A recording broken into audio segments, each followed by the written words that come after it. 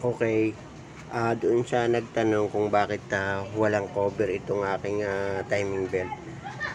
Talagang inalis ko siya kasi nung araw kasi nag-ano ako, may binahe kasi akong taxi. So, talagang tinanggal ko ito. Sa aking karanasan lang ha, pero hindi ko sinasabi na gayahin ninyo.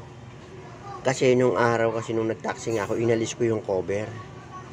Maybe may ano kasi ako nilalabas sa taxi, inalis ko yung cover kasi malapit lagi yun sa overheating. Nung inalis ko, nagbago. Kasi ito nahahanginan to. Galing dyan sa pana yan, oh. So, sa aking karanasan, ang ginawa ko, inalis ko talaga. Para ibig sabihin, malaking bagay, nakikita ko rin siya. Pero ibig sabihin, ito pang sarili lamang. Hindi ko ina-advise na gawin nyo. Para ibig sabihin, pag nagbubukas ako nitong hood ng aking makina, nakikita ko siya, nakikita ko kung may tama na yung aking timing belt. Kung ako man ay nagkabit ng hindi magandang timing belt, nakikita ko at naobserbahan ko yung timing belt ko.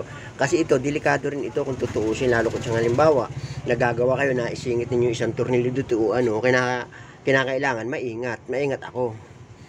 Kaya lagi kong i-check, nililinisan ko rin, pero hindi naman basta magdudumi.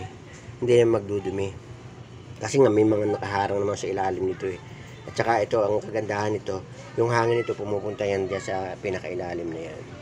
Dito. Malaking bagay din doon sa kanyang cylinder head.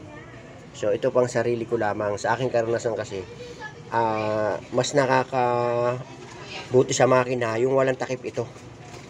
Kasi ang takip kasi nito halos ganyan kakapal siya. Ayan, oh. Ayan. At saka malaking bagay din nga ito dahil lagi ko nakikita, kaya nalilinis-linis ko. Ayan na, hindi ko ina-advise nyo na gawin din ninyo ito. Kasi nga, para sa akin, mas nakakabuti